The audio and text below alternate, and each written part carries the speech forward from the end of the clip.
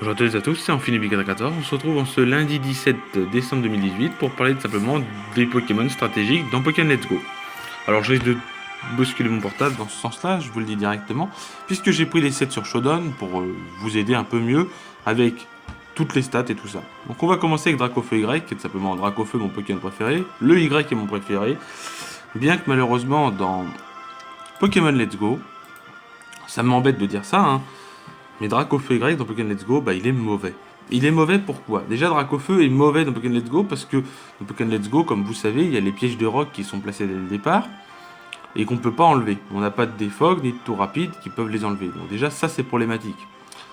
Et Dracofeu Y étant du même type que Dracofeu Feu et Vol, il prend 50% des dégâts parce qu'il prend 25 plus 25, 25 pour le type Vol, 25 pour le type Feu, donc ça fait 50, donc il se retrouve quasiment à la moitié de sa vie. Alors j'ai réfléchi, je me suis dit oui, mais malgré tout c'est un starter et il est quand même joué parce que Blue le joue dans le jeu. Hein. Et puis c'est quand même mon Pokémon favori. Alors je me suis dit, il y a peut-être un moyen de le jouer.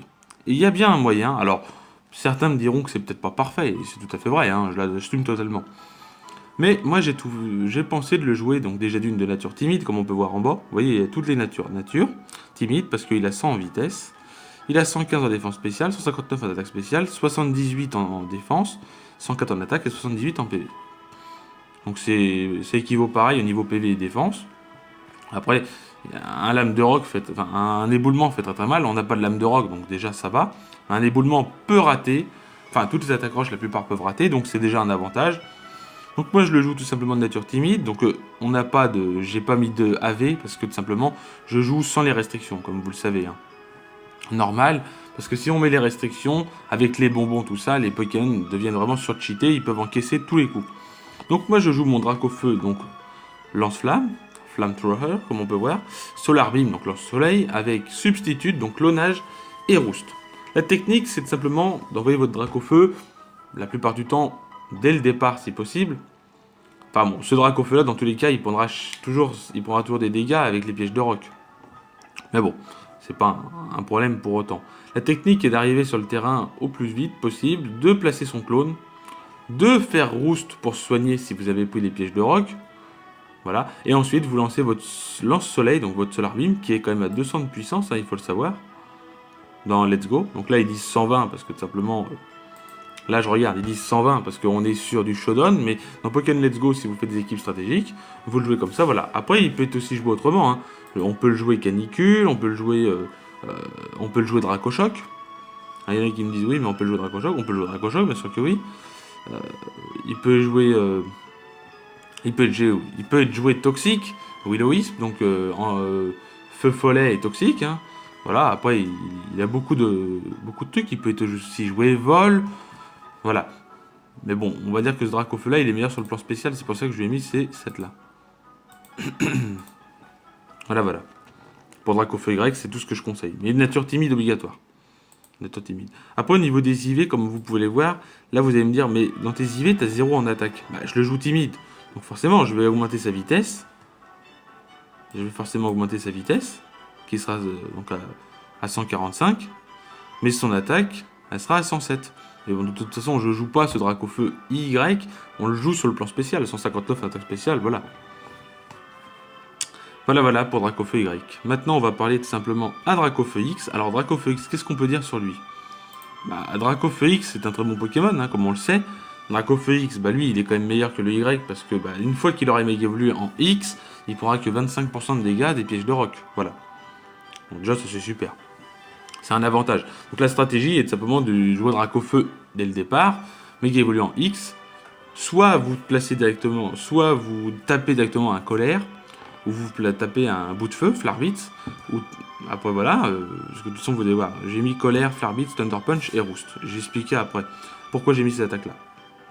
Il a toujours 78 en PV, il a 130 en attaque, 111 en défense, 130 en attaque spéciale, 85 en défense spéciale et 100 en vitesse. Donc voilà, après je l'ai mis la nature Adamant. Adamant, pour ceux qui ne savent pas, c'est rigide, plus attaque, moins attaque spéciale, comme on peut voir. Au pire des cas, si vous ne savez pas trop, vous allez voir les natures, rigide est toujours une bonne nature. Moi, mon Dracofeu X, je veux le qui frappe. Je le joue rigide.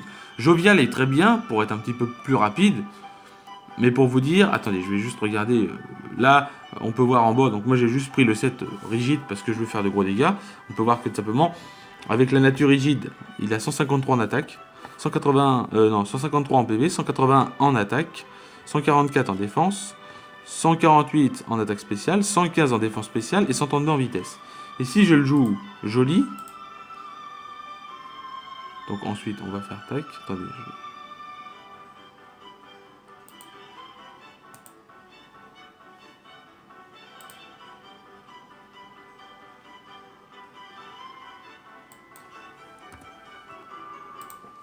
voilà, on a la petite différence. Voilà, on l'a.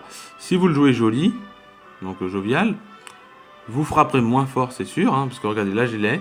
Donc déjà, vous aurez les nombres de PV, c'est pareil, 153. Vu que vous le jouez jovial, il sera un petit peu plus rapide en vitesse. Il a 165 en attaque, 144 en défense spéciale, excusez-moi, 133 en attaque spéciale, mais il n'est pas joué en attaque spéciale, donc ça il a 0.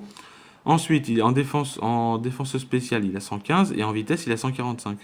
Donc il est un petit peu plus rapide, certes, mais moi franchement, je préfère le jouer Adamant, parce que Adamant, bah, déjà le Pokémon il fera beaucoup plus mal et voilà. Après Dracofeu a quand même 100 en vitesse, donc le X est très bon. Pourquoi je le joue outrage? Je le joue colère, bout de feu, Thunder Punch et Roost. Roost, c'est pour se soigner au cas où s'il y a les pièges de rock, vous voulez vous soigner, parce que on n'a pas dans Draco dans cette génération, vous le savez. Sinon Léviator serait très très fort, et lui aussi. Mais malgré tout, ils s'en sortent très très bien. Pourquoi je le joue point éclair? Enfin, pourquoi je joue colère? Colère est tout simplement son meilleur tab, parce qu'on peut jouer aussi Dracoqueux, mais Dracoqueux permettra de switcher. Alors avec les pièges de rock, voilà, ça peut être utile. Vous pouvez faire un très beau combo avec un Pokémon qui pose les pièges de rock comme Mew ou Ptera ou Rhinophéros. Et après, vous allez faire Dracoqueux à chaque fois pour que les Pokémon subissent des dégâts avec les pièges de rock. Moi, franchement, une stratégie comme ça, c'est pas du tout mon objectif. Mon objectif, moi, c'est de frapper et faire des dégâts. Donc, c'est pour ça que je joue colère. Colère fait quand même 120 de puissance. Avec l'attaque que vous avez, la 181, je peux vous dire qu'avec le stab et tout, ça va faire hyper mal. Hein. Voilà. Le seul problème avec colère, c'est que si votre adversaire voit que vous faites colère, il va forcément mettre un type fée, donc Mélodelphe, Monsieur Mime ou Gros Doudou.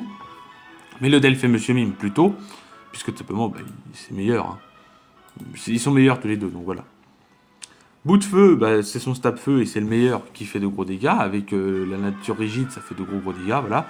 Thunder Punch, c'est pour toucher tout ce qui est type eau, parce qu'on sait qu'en première génération, il y a beaucoup de type eau. Et grâce à ça, on peut toucher des types eau. Eau ou vol, hein, je repense, hein, voilà. Voilà, c'est tout pour Dracofeu. X et Dracofeu grec. Alors certains vont dire oui, mais tu parles pas du Dracofeu normal. Sachant qu'on est dans Let's Go, je le dis tout de suite, tous les Pokémon qui peuvent méga évoluer sont joués méga évolués, la plupart du temps. Bien sûr, si vous jouez dans votre équipe, l'équipe de raid, avec Dracofeu, Tortank et Florizard, vous devrez en méga évoluer un.